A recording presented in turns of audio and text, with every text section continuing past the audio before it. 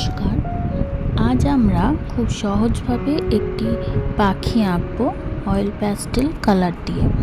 যারা নতুন শুরু করছেন তাদের জন্য এই ভিডিওটি খুবই উপযোগী হবে।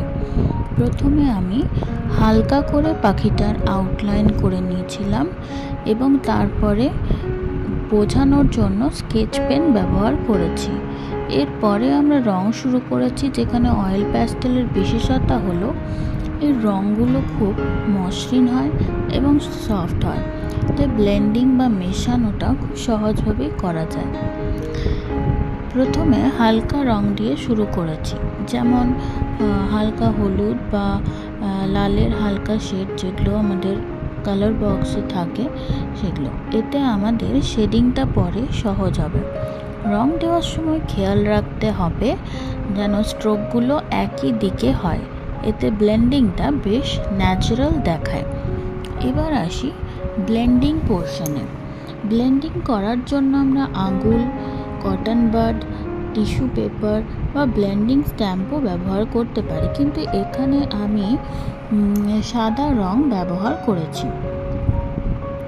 ব্লেন্ড করার সময় বেশি চাপ না দিয়ে ধীরে ধীরে করতে হবে। ছবিতে দেখতেই পাচ্ছেন যে কিছু ডার্ক রঙের সঙ্গে আমি হালকা রং ব্যবহার করেছি। প্রথমে হালকা রং করে নিয়েছি, তারপর ওই রঙেরই ডার্ক শেড ব্যবহার করে আমি শেডিং করেছি। চোখ আর ঠোঁটের ক্ষেত্রেও সেম আমি সাদা রং দিয়ে হাইলাইট করে নিয়েছি এবং কালো রং দিয়ে পুরোটা করেছি। শেডিং করার সময় আমাদের খেয়াল রাখতে হবে লাইট সোর্স মনে রেখে কাজ করলে ছবি দেখতে বেশ রিয়েলিস্টিক লাগে। পরের পার্টে আমরা এই ছবিটার বাকি অংশটা দেখব, কিভাবে কালার করব এবং ব্যাকগ্রাউন্ডে কি কি কালার আমরা ব্যবহার করব বা ব্যাকগ্রাউন্ড কিভাবে করব। আজকের মতো এতটাই। ভালো লাগলে লাইক করে দেবেন অবশ্যই। ধন্যবাদ।